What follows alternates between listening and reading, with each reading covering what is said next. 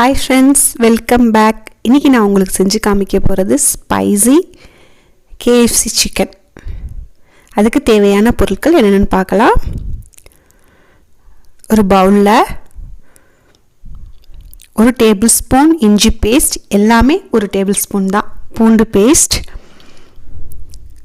Soya sauce, அவங்க காரத்துக்கு ஏற்ப ஸ்பைசினஸ்க்கு தேவைக்கு ஏற்ப எல்லாம் சேர்த்துக்கோங்க. நான் இன்றைக்கி 1 kg சிக்கனுக்கு சொல்கிறேன். 1 table spoon tomato sauce, oregano இதுவும் 1 டேபிள் ஸ்பூன்,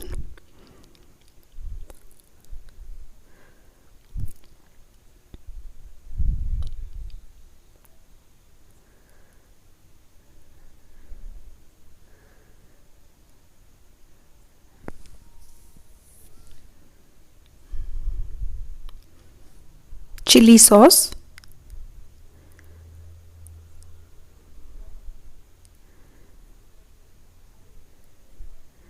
இது வந்து taste maker, Maggi masala.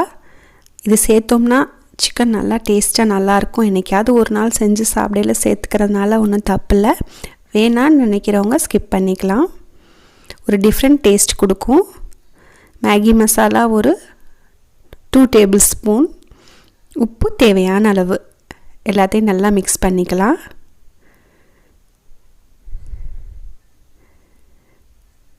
KFC சிக்கனில் எப்போதுமே மேலே கிறிஸ்பியாக இருக்கும், உள்ளுக்குள்ளே ப்ளைனாக இருக்கும், சப்புன்னு இருக்கும். அதனால் அந்த மாதிரி நம்ம ஸ்பைசஸ்லாம் ஆட் பண்ணி மேரினேட் பண்ணோன்னா சாப்பிட்றதுக்கு ஒரு டிஃப்ரெண்ட் டேஸ்ட் கொடுக்கும். ரொம்ப நல்லாயிருக்கும்.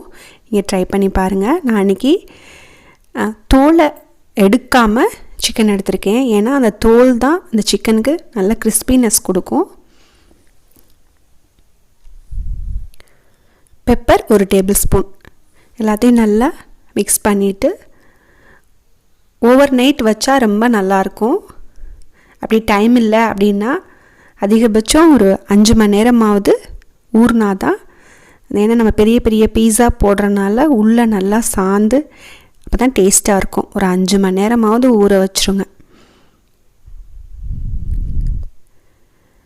மூடி போட்டு ஃப்ரிட்ஜில் வச்சிடலாம்.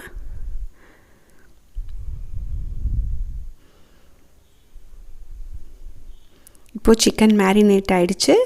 இதுக்கு கோட்டிங் என்னன்னு பார்க்கலாம். ஒரு பவுலில்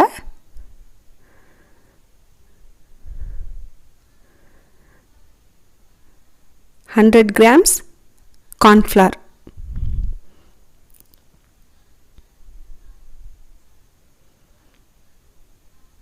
அதுக்கு 50 grams அரிசி மாவு, மிளகாய்த்தூள் அவங்கவுங்க காரத்துக்கு ஏற்ப சேர்த்துக்கோங்க. கோட்டிங்க்கும் மிளகாய்த்தூள் பெப்பர் போட்டோன்னா டேஸ்ட் ரொம்ப நல்லாயிருக்கும். தேவையான அளவு உப்பு.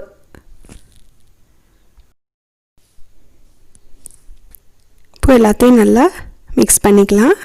தேவையான அளவு உப்பு சேர்த்து ஒரு பவுலில் ஐஸ் வாட்டர் ரெடியாக வச்சுக்கோங்க. இப்போ நம்ம மேரினேட் பண்ணி வச்ச சிக்கனை கோட் பண்ணிடலாம். நல்லா எல்லா இடத்துலையும் படுற மாதிரி நல்லா ஸ்ப்ரெட் பண்ணிக்கோங்க. இப்போ அந்த பீஸை ஐஸ் வாட்டரில் போட்டு டிப் பண்ணி எடுத்துக்கலாம்.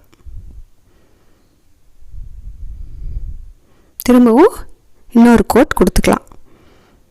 இப்படி செய்கிறனால நல்லா அந்த மாவெல்லாம் நல்லா சிக்கனோடு ஒட்டி நல்லா கிறிஸ்பியாக இருக்கும். சிக்கன் நல்லா போட்டு பிரட்டி எடுத்துருங்க. மேலே உள்ளதை லைட்டாக அப்படி உதுத்து விட்டுட்டு எடுத்து வச்சுக்கலாம்.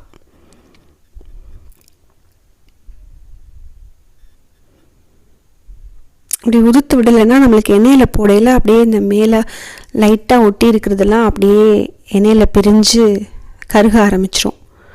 நல்லா அப்படி உதறிட்டு போட்டோம்னா எண்ணெயில் பிரியாது. இந்த மாதிரி நல்லா எல்லா இடத்துலையும் படுற மாதிரி பண்ணிக்கலாம். இப்போ ஒரு கடாயில் நான் இன்றைக்கி கடலெண்ணெய் எடுத்திருக்கேன். நீங்கள் உங்களுக்கு எந்த ஆயில் வேணுமோ அதை ஊற்றி டீப் ஃப்ரை பண்ணி எடுத்துட வேண்டியது தான். நல்லா எண்ணெய் காஞ்சோன்னே ஸ்டவ்வை சிம்மில் வச்சுட்டு ஃப்ரை பண்ணுங்கள்.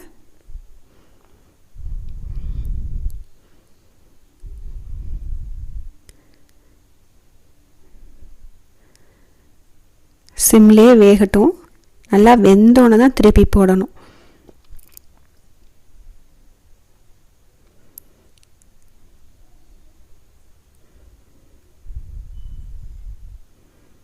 திருப்பி போட்டுடலாம்.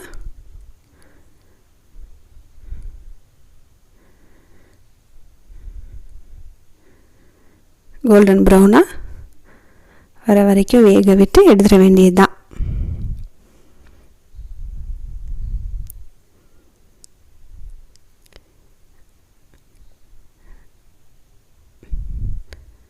மாவெல்லாம் வெளியில் பிரியாமல் வருது பார்த்திங்களா? அந்த ஐஸ் வாட்டரில் டிப் பண்ணி போடுறதுனால அது நல்லா ஒட்டிக்கும் சிக்கனோட. எல்லோரும் இந்த நியூ இயர்க்கு KFC சிக்கன் செஞ்சு சாப்பிடுங்க. கிறிஸ்மஸ் பார்ட்டிலாம் இருக்கிறவங்க முதல் நாளே இந்த மாதிரி மேரினேட் பண்ணி கோட் பண்ணி ஜிப்லாக் பேக்கில் போட்டு ஃப்ரிட்ஜில் வச்சிட்டோன்னா எப்போ தேவையோ அப்போ ஒரு 1 ஹவருக்கு முன்னாடி, நான் எப்போதும் சொல்கிறது தான், ரொம்ப ஈஸியாக இருக்கும். பார்ட்டிக்கெலாம் எடுத்து ஃப்ரை பண்ணி எடுத்துக்கலாம். வேலை ஈஸியாக முடிஞ்சிடும்.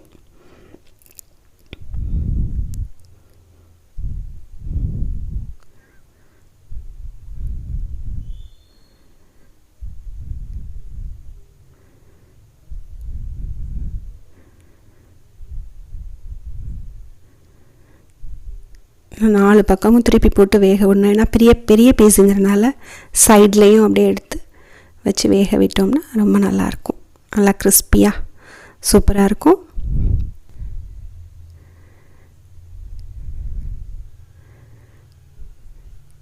ஃப்ரை ஆயிடுச்சு, எடுத்துடலாம். பார்க்குறதுக்கே எப்படி கிறிஸ்பியாக இருக்குது பார்த்தீங்களா? எல்லாருக்கும் advance happy new year. Christmas கொண்டாடுறவங்களுக்கெல்லாம் ஹாப்பி கிறிஸ்மஸ். இந்த வீடியோ உங்களுக்கு பிடிச்சிருந்துச்சுன்னா லைக் பண்ணுங்கள், ஷேர் பண்ணுங்கள், மறக்காமல் சப்ஸ்கிரைப் பண்ணுங்கள். தேங்க்யூ.